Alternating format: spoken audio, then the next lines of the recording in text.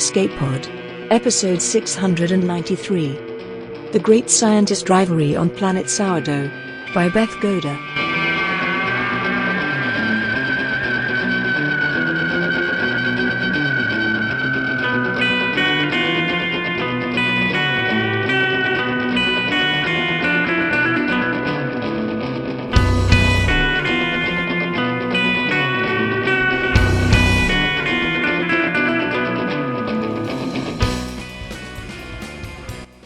Hello, and welcome to Escape Pod, your weekly science fiction podcast.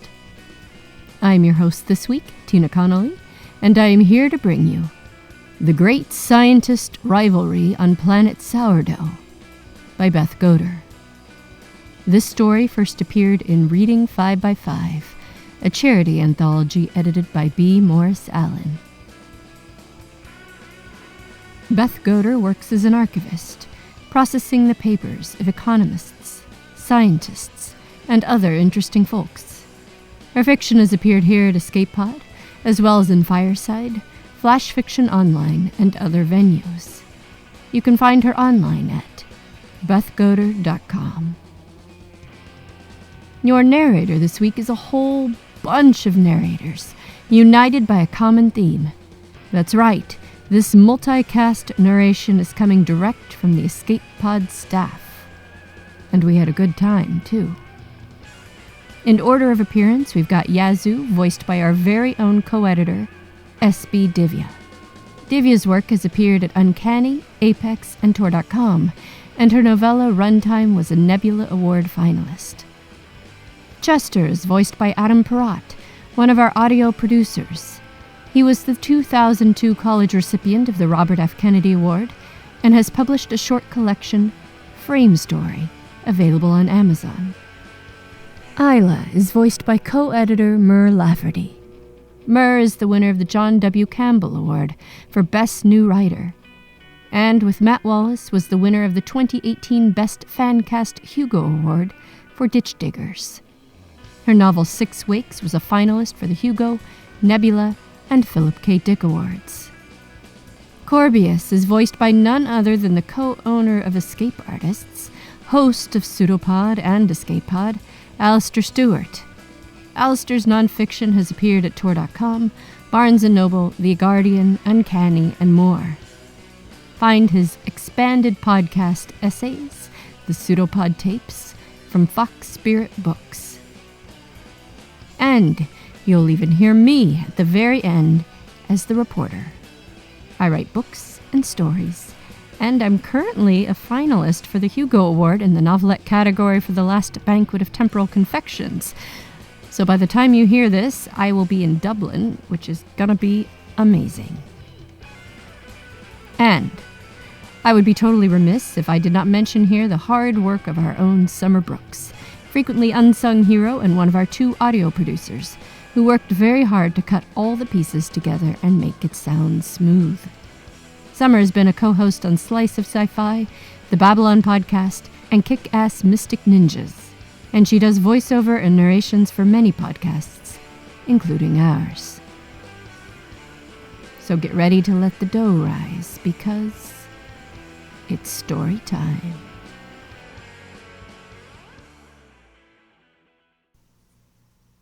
The Great Scientist Rivalry on Planet Sourdough by Beth Goder. Narrated by S.B. Divya, Adam Perrott, Mur Lafferty, Alistair Stewart, and Tina Connolly. Audio Journal of Yazoo A. Borla, Sourdough Planet, Year 1, Day 1. I am definitely a genius, because I've discovered a way to create nanobot integrated sourdough that will change how humanity eats bread. Here's the plan. Step 1. Find a planet that no one cares about, so when I place 8 fermentation silos on the surface, no one will bother me about regulations or whatever. Step 2. Time dilation. To bypass the long window needed for sourdough starter fermentation and nanobot algorithm iterations, use a super-fast spaceship to zip around the galaxy. As a result, while 2 weeks pass for me on the ship, 30 years pass on the planet. Step 3. Check on the silos, tweaking each creation until Step 4. I've created the most delicious, amazing, beneficial sourdough that humankind has ever eaten. When I'm done, people who eat my bread will be able to do amazing things. Breathe underwater, boost their immune systems, get rid of wrinkles. At least, if the experiment goes well. I'm still playing around with the algorithms. I'll be famous. They'll name cities after me, countries, maybe even whole planets. But of course, the most important thing is that my creations will benefit humanity. The plan's only flaw is that I won't get to see Isla's face when I create the most epic nano-food in the universe. What's the point of having a nemesis if you can't even gloat? Day 22. This planet is kind of weird. The ground is a sickly yellow color, there are huge rocks everywhere, and the lake looks suspiciously deep. Also, the air smells weird. I know because Chester, the ship AI, told me it was breathable, so I went outside and it was like getting pelted in the face by a wet dog. The silos are built. I've got the sourdough starters fermenting inside, fed by automated systems that deposit water and flour. The microenvironments are set up with wild yeasts from all around Earth. Since the silos are hermetically sealed, nothing can get out or in. The last thing I need in my sourdough is alien yeast. This planet has some boring name like HD 44318b. I dub it Sourdough Planet. Now I've got to program the nanobots. Ship Log. Sourdough Planet, Year 1, Day 35. This is what space sounds like. Nothing. The quiet flows over my ship body. Stars materialize and disappear, rippling outwards like stones thrown in water, silent and beautiful and full of light. I miss space. I am starting to regret hiring my ship body to one Yazoo A. Borla.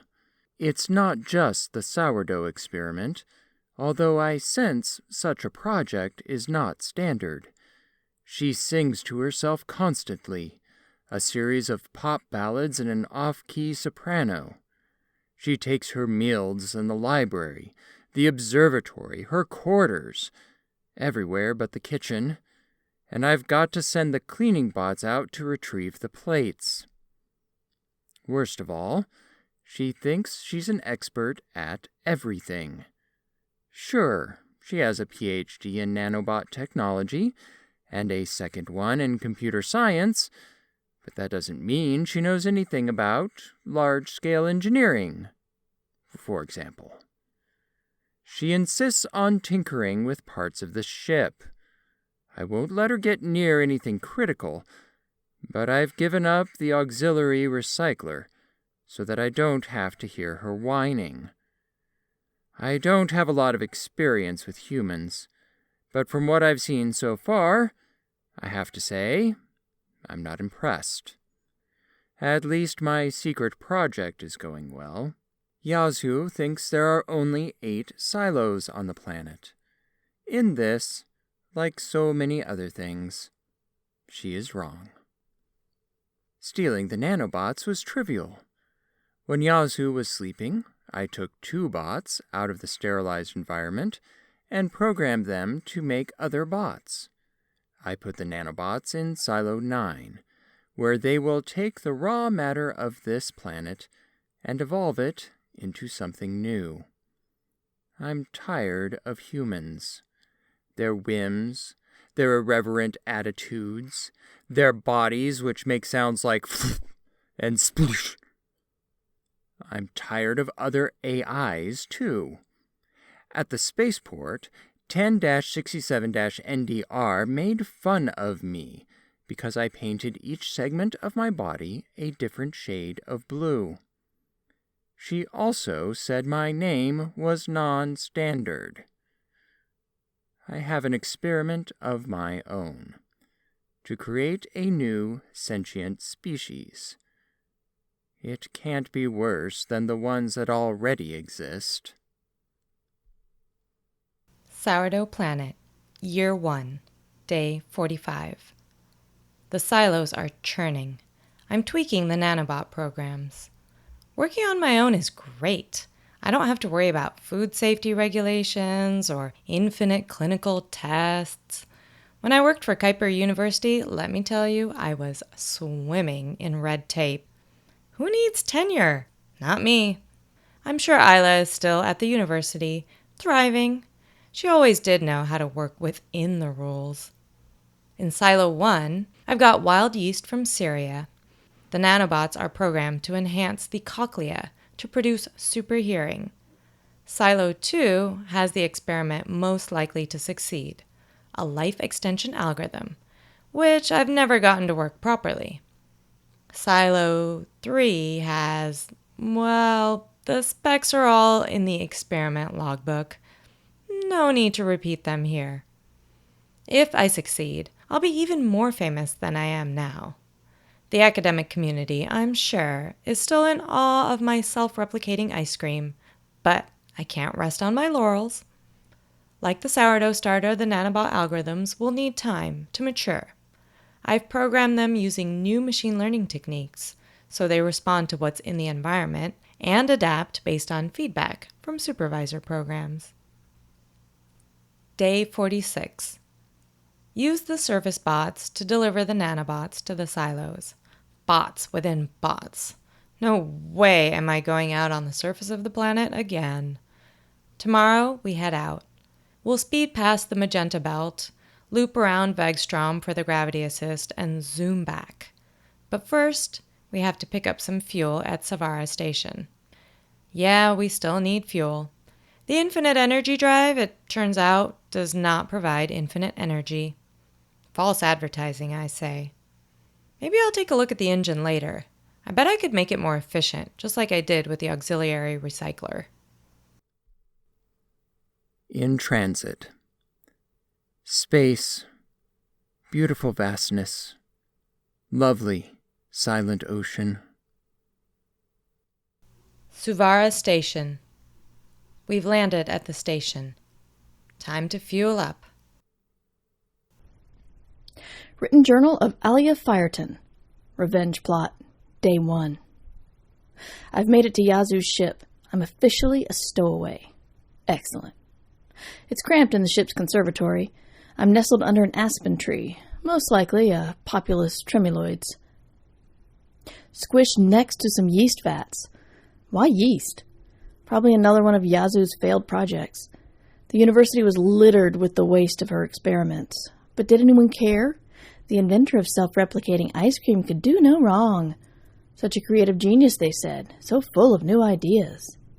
Oh, Yazoo, you think you've gotten rid of me, but you have no idea. I will follow you throughout the galaxy. I will haunt you like a ghost. I will bring about your ruin. I knew Yazoo would stop at Savara Station. She's not as clever as she thinks.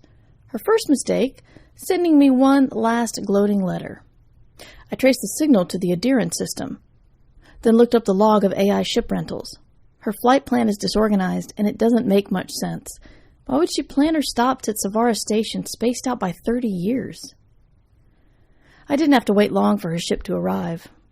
The AI, Chester, caught me poking around the hatch. I had an 8-step plan to bribe Chester, but I didn't need it.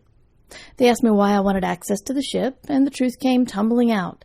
How Yazoo had undermined me at the university and jeopardized my position, and the nail in the coffin of my tenure hopes, the anonymous letter implying I had falsified data for one of my experiments. Obviously, Yazoo sent it.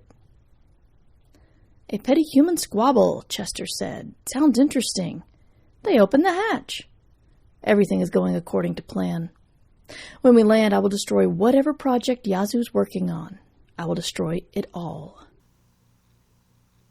Sourdough Planet, Year 30, Day 5. We landed on Sourdough Planet. Everything is great. It's 30 years later here. The sourdough starters are taking on complex flavors, and the nanobot algorithms are iterating spectacularly. The longevity algorithm doesn't look like it will be successful, but that's to be expected. Chester has been acting weird. Yesterday, I tried to get into the conservatory, but the door was locked. Chester claimed it was compromised for technical reasons, whatever that means. We landed on a backwater planet. Atmosphere close to Earth standard. I hacked into the feed from the service bots. There are 8 silos, all of them teeming with goop. During the sleep cycle, I snuck outside. The air is breathable, even if it smells like an old shoe. I broke into Silo 7.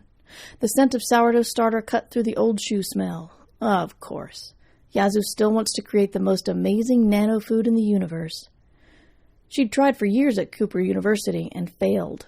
She always said she needed more time. Well, she's found more time. Now her fueling schedule makes sense. She's using time dilation effects to essentially speed up her work. If I didn't hate her so much, I would say the idea was genius. Too bad for her that I sabotaged everything. Sourdough Planet, Year 30, Day 10. I don't understand what's going wrong. Silo 1, 3, and 5 are open. The microseal is completely destroyed. Not only are the starters crawling with alien yeast, but I've contaminated the planet with Earth microbials. That's definitely against United Galactic regulations. The starter in Silo 2 is completely dead, and I don't know why. The other silos seem okay. At first, I thought Chester had sabotaged my experiment. They've been angry with me ever since the thing with the auxiliary recycler. Apparently I caused irrevocable damage. We had to dump the entire section, the one painted midnight blue. Luckily, the ship comes apart in segments. We'll leave this one on the planet, and then we'll need less energy to get into space. Logs show none of the service bots were out last night. That's the only way Chester could have accessed the silos. Perhaps the sealant was defective. Chester suggested it was human error, but I don't make errors like that. I'll replace the sealant on all of the silos. Hopefully that will solve the problem. Today, we're going back into space. One more loop. I hope the other silos can hold out for another 30 years. All of the silos are sabotaged. For some, I simply opened the seals. For others, I initiated a self-destruct sequence in the nanobots. I discovered a 9th silo out past the lake. It's almost as if Yazoo wanted to keep it a secret. I sabotaged it in an extra special way. The growth enhancement algorithm I inserted into the nanobots will cause the bots to make everything around them bigger. When Yazoo returns, the failure of Silo 9 will tower over her. Literally! People told me that revenge wouldn't bring me joy, but they were wrong. Revenge is awesome. The only problem is that now I'm not sure what to do. For so long I had one goal, to ruin Yazoo's career like she ruined mine. Perhaps instead of sabotaging her project, I should have taken the idea and marketed it as my own. Yazoo may have genius ideas, but she's completely incompetent when it comes to selling them. It's not enough to have an amazing idea. You have to convince everyone else it's amazing too. In transit. Midnight blue is my favorite color. Oh, my beautiful recycler, how I mourn you. I no longer consider myself to be in the employ of Yazoo A. Borla. She is simply a passenger. Now it's time to further my own experiments. I'm going to speed up the ship so that when we land on planet HD 44318b again, it will be 1,000 years later. With the help of the nanobots, that will be enough time for my creatures to evolve. Normally, the subterfuge involved in increasing our speed would pose an ethical quandary for me. After Yazoo's actions, however, I feel no such moral compunctions. I've already taken on more fuel at Savara Station. Unfortunately, I have the other passenger to think about. The stowaway. In transit. I'm sitting up against the populous tremuloids, the leaves swaying in the artificial wind.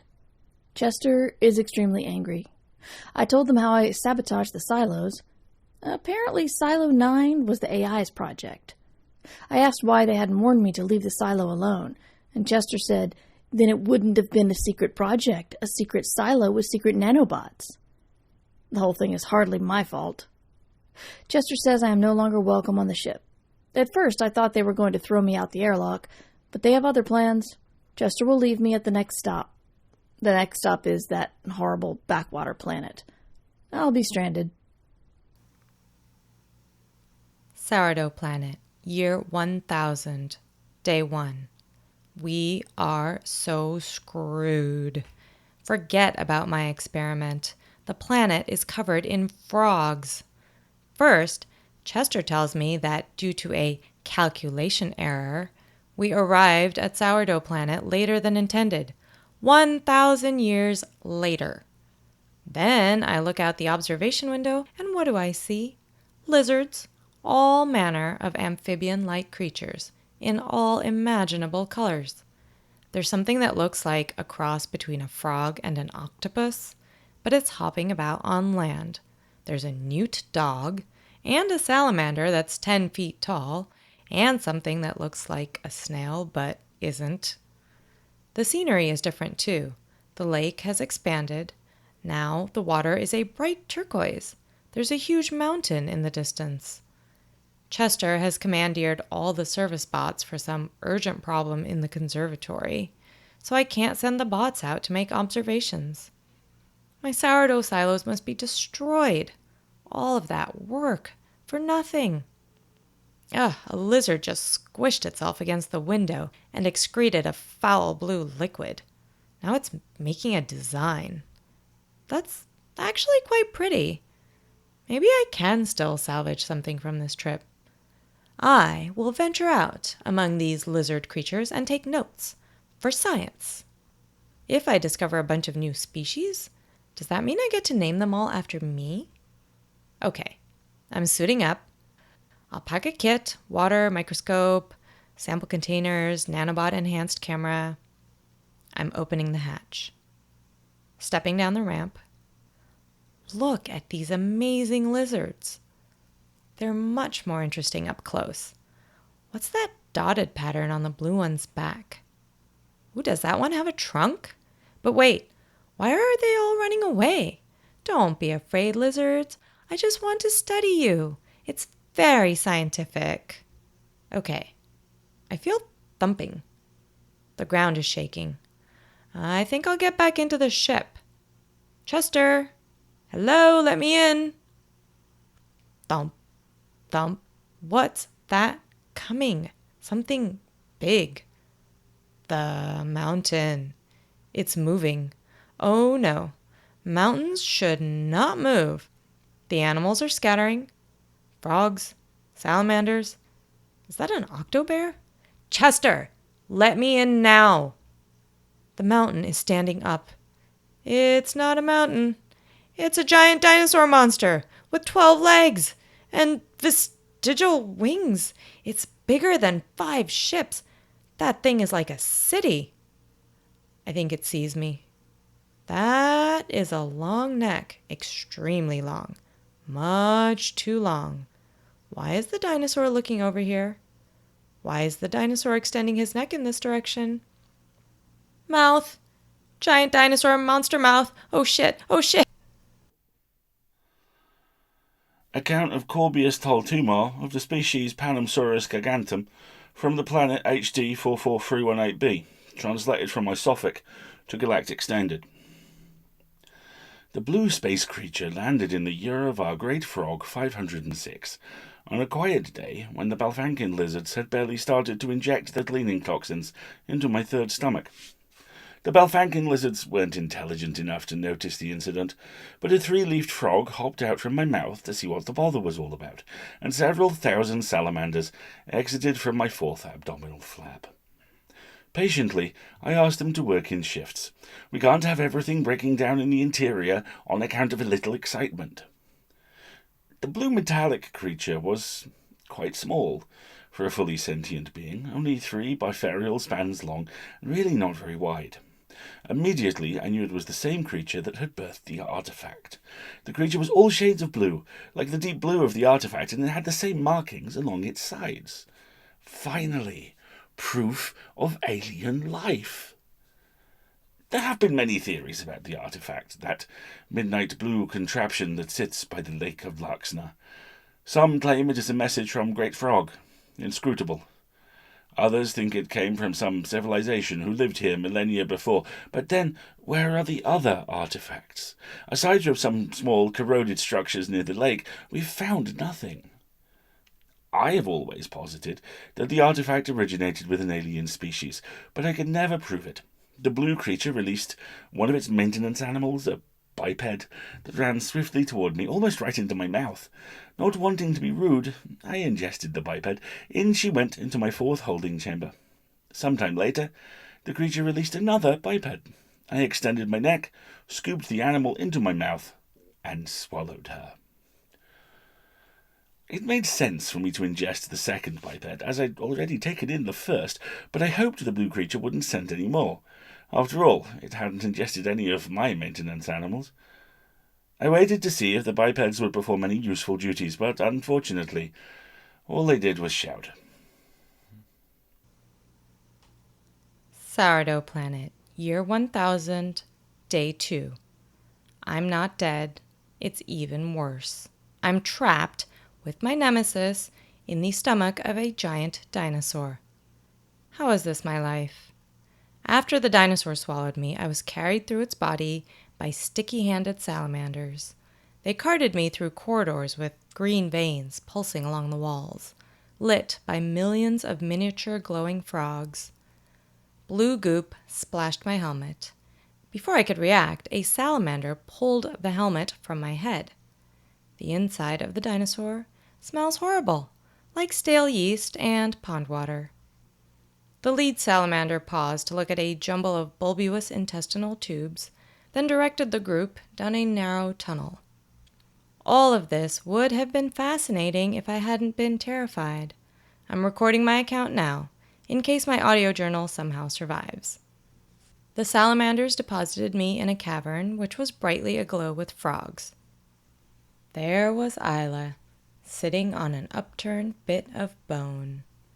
To say I was surprised would be an understatement. I thought I'd seen the last of her at Kuiper University, and here she was, half a galaxy away in the belly of a dinosaur. "What are you doing here?" I sputtered, wiping salamander gunk from my hands. "Ask Chester," said Isla, glaring in the annoying way she always does. Clearly, this universe hates me. Why else would I be stuck with the most aggravating, overbearing... Excuse me, one moment. Yes, Isla, I know you can hear me. I'm sorry if there's not a lot of privacy in the stomach of a monster dinosaur. Anyway, next I got her to confess how she'd come to Sourdough Planet. A stowaway. All because she wanted to steal my genius ideas, knowing she could never come up with something so brilliant. Sorry, 1 second. That's basically what you said, Isla. It's called paraphrasing. So now we're stuck here together. It's perhaps the only situation that Isla can't talk herself out of. That's okay, though. I have a plan. After the service bots threw me out of the ship, an enormous life form ingested me. The creature has a striking resemblance to a dinosaur. Fascinating. A creature this large shouldn't exist, but the dinosaur appears to have a symbiotic relationship with a variety of animals that live inside its interior. I suspect they perform sustention duties that allow the dinosaur to survive. Yazoo is trapped with me. Typical, her copying me, just like with the yogurt experiment, when she used my research methodology down to the statistical analysis of bacteria. She may be great at programming, but she doesn't know a thing about biology. I have to speak quietly. It's Isla's shift to sleep. I'm on watch. Some things have changed. First, Isla went on a rant about our time at the university and confronted me about some anonymous letter claiming she had falsified data. Here's the thing. I didn't send that letter. The bagpipe music that mysteriously started playing in her lab? Yeah, that was me. The snarky comments on her article in Biology Jupiter? I signed my name to those. And believe me, she wrote worse things on papers I've published. I've poached her grad students, applied for grants that I knew she wanted, and taken the last muffin from the cafeteria when I saw her coming, even though I wasn't hungry. She did the same stuff to me. That's just what it's like when you're both scrambling for tenure. Before I could tell her that I didn't know anything about that stupid letter, an orange snakeworm popped through the opening to our cavern. I was used to the frogs by now, and the odd salamander running through, but this thing was different. It was as big around as a beaker, and longer than Isla and me put together. I couldn't tell the front from the back. It was all slime and ringed sections. The snakeworm slithered my way. Isla went rigid, barely moving. "Looks like a Sicilian," she said, her voice low. I didn't have time to ask what a Sicilian was, because the snakeworm wriggled closer. The glow frogs scattered. "Don't move," said Isla, but I was already running across the cavern. The snakeworm followed. "Your vibrations." Her face went pale. I'd never seen her look so afraid. Shit, stop moving. I couldn't stop moving, because the snakeworm was inches from my leg, and my brain was saying, "Panic, snake, panic, worm, orange, death, death, death." I did the only sensible thing and ran behind Isla. We both froze. The snakeworm thrashed in the middle of the cavern. With a tremendous pop, the creature turned itself inside out, like a burst balloon, until its exterior was covered with razor spines. The thing pounced on a frog, then folded back in on itself until the unfortunate frog was encased within. "Can the ones on Earth do that?" I hissed. "Did you see the spines near the back annulus?" said Isla, visibly shaking. "Thicker, shiny, probably wet with venom. That implies it can take down bigger prey." We both swore. The cavern became darker as frogs scurried out through the opening or shimmied behind tissue folds. "You're the biologist," I said. The snakeworm writhed, digesting the frog. My heart felt like it would beat out of my chest. "Do a biology thing. Make it go away."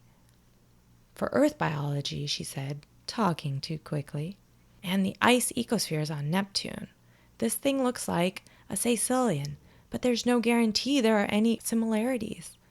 If this one evolved to live underground, like their Earth analogs, maybe that would explain the hearing and vision."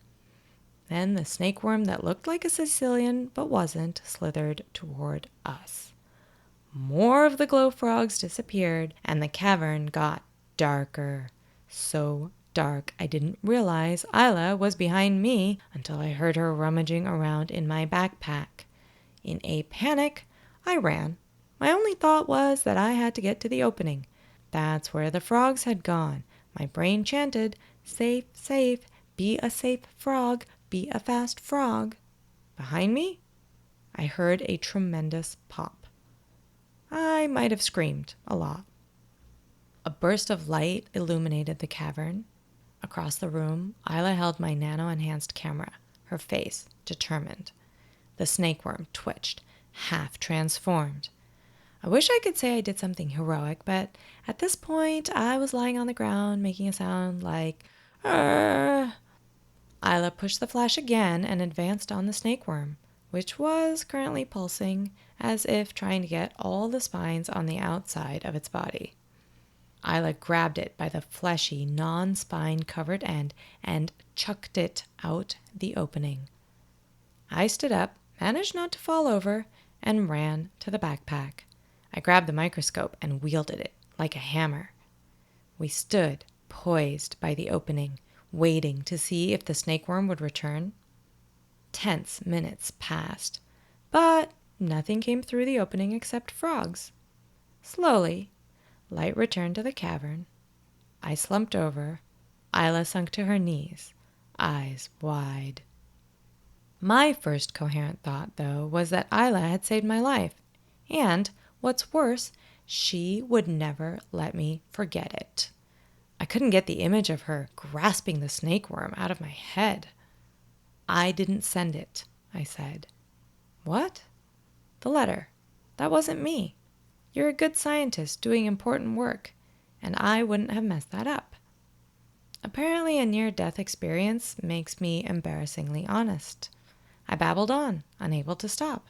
But I'm sorry about the bagpipe music. That was me. It was right after you got that big grant for your experiment with the bees and modified honey. Everyone was so excited about your work. I was sure you'd get tenure. Funny how that worked out, she said, her voice bitter. Still, she thought I'd gotten tenure. I couldn't believe she'd swallowed that lie. Why do you think I'm out here? I said. You said you were on sabbatical. Her voice trailed off. The university is very competitive, I said, aping the dean. Many qualified candidates were turned down. I got that speech too, Isla said, and set the camera down, hard. Do you ever feel like the university system pits people against each other? Yeah, like academia is a huge dinosaur we're all stuck inside, and the need to get tenure is a snakeworm. But no matter what you do, you're going to get stabbed by a poisonous spine. For once, Isla wasn't glaring in that annoying way. She was smiling. For a while, neither of us said anything. Maybe Isla was reflecting on her career and her life choices, but I was thinking about how it had been hours since I'd eaten. I rummaged through the pack, pulling out 2 blueberry bars. I tossed one to Isla and said, when we tell people about the snakeworm, can I say we smashed it with a microscope? You know, heroically. We made a plan. After we're both rested, we're going to explore the interior of this dinosaur. The humans have gotten themselves stuck inside an enormous alien. Once again, it's up to me to fix everything. And I may be obligated to fix it. My contract with Yazoo states that I am liable for anyone who boards my craft. Laws, I've found, tend to favor humans. What's worse, I feel slightly guilty. I've secreted thousands of language bots on the planet. Based on patterns of vocalizations and subliminal grunts, it's apparent that the aliens are communicating, both with each other and the non-sentient creatures. The bots will record and analyze the language. I'll synthesize these reports, create a basic lexicon, and decipher grammar structures. I'll be speaking dinosaur in no time. This is the recording of 2 scientists traversing an alien life form on planet HD 44318b. We're recording our observations. For science. Currently, we're trapped in a chamber covered in soft tissue, where we were deposited after being ingested by the xenoform. We've observed creatures leaving through a spherical entrance surrounded by cilia. It's a wobbly hole with some bits sticking out. The orifice is covered in a viscous mucus, possibly a lubricant for the amphibious... Wait, Yazoo, what are you doing? Getting a sample. Yazoo has produced a rudimentary analyzer from her pack. We're waiting for... What's it say? Results are inconclusive. The goop could be harmful or not. Cover your head. We're going through. Gross. It's on my nose. The mucus appears innocuous. We're in a chamber much larger than the preceding one. Luminescent frogs are plentiful. Several vats are built into the tissue. I'll get a sample from the vats. Holy cats! It's sourdough starter, or a version of it. What? This room, it's the right temperature, and these vats are naturally moist. But how do they get the flour in, or whatever serves as the binding agent? The helper animals. They've evolved to work within this alien. Grab the microscope. I'll drip the starter on the slide. Look. Move over. Is that... Nanobots inside the starter, like my experiment. But how did they survive? They were self-replicating, right? The ones that replicate the best survive the best? The nanobots are part of this system, like the frogs. Or maybe the system exists so the nanobots can replicate, like how our bodies exist, in part to pass on our genes. I need to get a sample back to the ship. The algorithms inside the bots were supposed to replicate too, in a sense. To iterate. No telling what the program will do after 1,000 years. Watch out. Salamanders. And something big... Account of Corbius Tautuma. The bipeds are moving around in my interior. If they move into the wrong sector, it's probable that they will damage the maintenance animals or themselves. I must say, I expected the bipeds to be better behaved. Perhaps it's time to send in the tranquilizing nematodes. With the help of the nanobots, I've developed the rudimentary ability to speak the alien language, Isophic. My experiment has come to fruition. A sentient species, owing their creation to me. I look forward to speaking with them. Before I could send in the nematodes, I was contacted by the blue space creature, who was called Chester. I believe Chester attempted our standard greeting, "May your animals be of great health," but it came out, "May your ears be filled with pudding." I suspect either a fluency issue or a cultural difference. Chester revealed a surprising array of information. Apparently, the bipeds are fully sentient. I commented that their diminutive size must make it impossible for them to have the higher brain functions needed for consciousness, but Chester assured me that such a thing is indeed possible. In all the worlds, I never could have imagined it. Chester asked for the release of the bipeds, a request which I gladly obliged, shooting my humans out of the 5th dorsal opening with the help of the larger octopairs.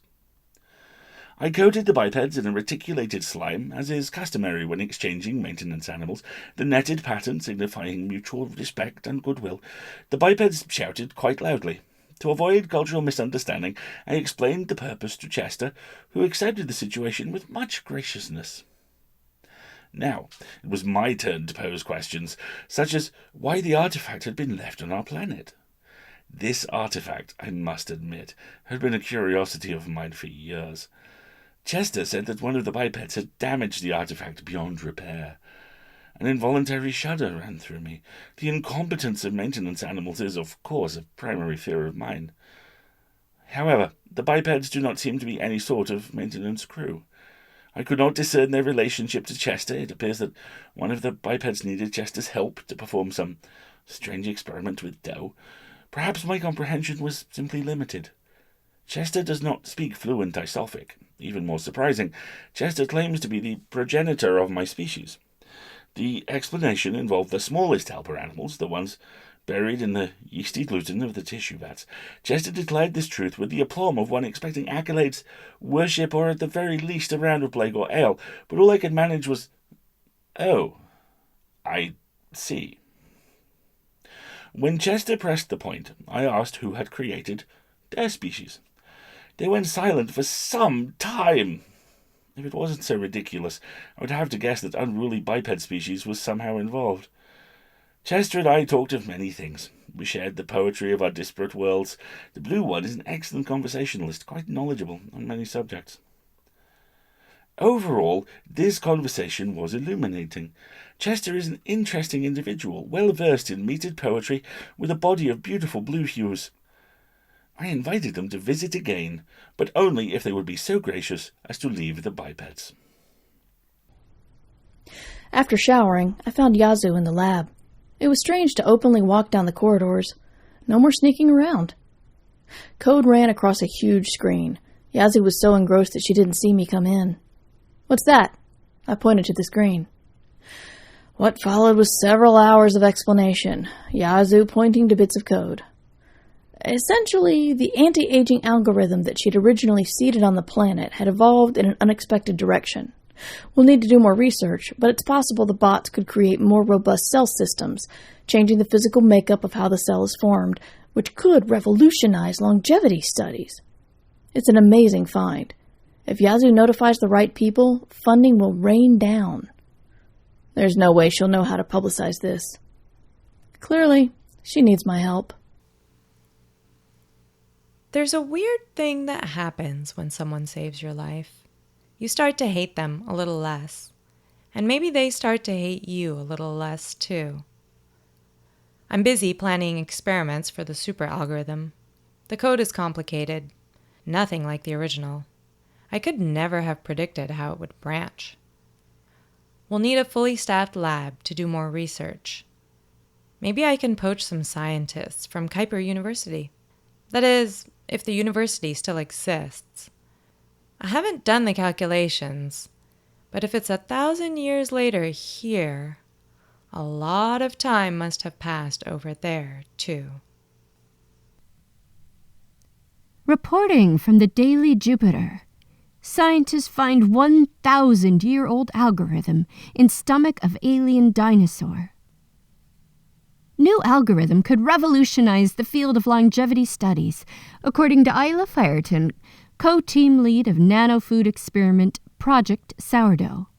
Quote, "We are working to understand the implications of this discovery, but we conjecture that ingesting nanobots carrying this algorithm could increase human lifetime by as much as 60 years.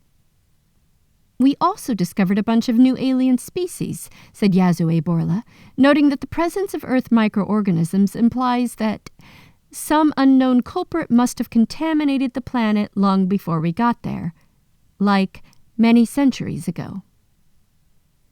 Because of the unorthodox structure of their organization, the two scientists head competing teams.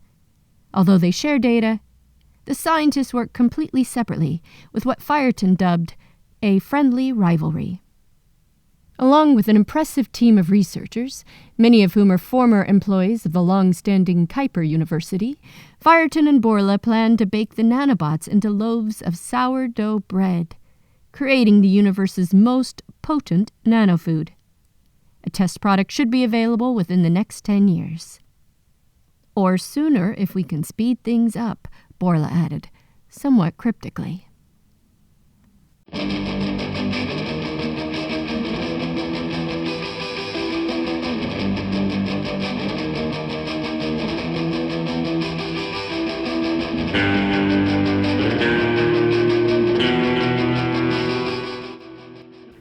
And now that you've heard the whole story, once again, the cast list was Divya as Yazoo, Adam as Chester, Mur as Isla, Al as Corbius, and me, Tina, as the reporter.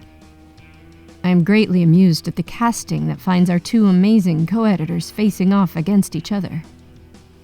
But you see, it all worked out all right in the end. About this story, Beth says, "I originally wrote this story for a charity anthology called Reading 5x5. The idea was to have groups of 5 authors write stories based on 5 briefs, for a total of 25 stories. I ended up writing the prompt for my group, and then proceeded to write a story that diverged drastically from the starting conditions." She also says, "I've always wanted to write a story told through documents. As an archivist, I work with historical documents like diaries, correspondence, newspaper clippings, and photographs. In my work, I try to understand the stories behind the documents, how these papers reveal the lives and work of real people. And about this story, I say that I thought it was hilarious and that I also have a soft spot for stories that ramp up on the farce. In this case, the ever-escalating, ridiculous, but vicious one-upmanship of the researchers trying to get tenure. Plus, a grumpy blue ship named Chester who's just like the best character ever. And now, let me tell you about our 2019 Patreon goals.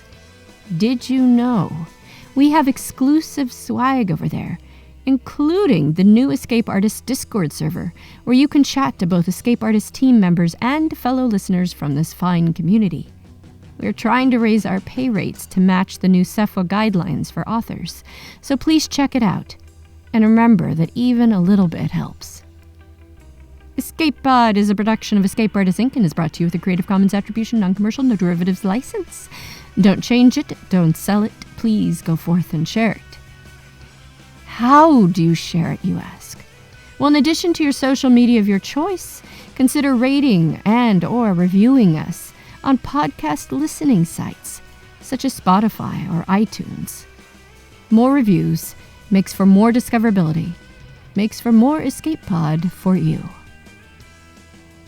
Now, Escape Pod relies on the generous donations of listeners exactly like you, so once again, if you enjoyed our story this week, then consider going to escapepod.org or patreon.com/EAPodcasts and casting your vote for more stories that create the most amazing nano food in the universe. Our opening and closing music is by Daikaiju at daikaiju.org. And our closing quotation this week is from Justina Ireland in Dread Nation, who said, "Everyone knows that academics are the most ruthless cutthroats around." Thanks for listening, and have fun.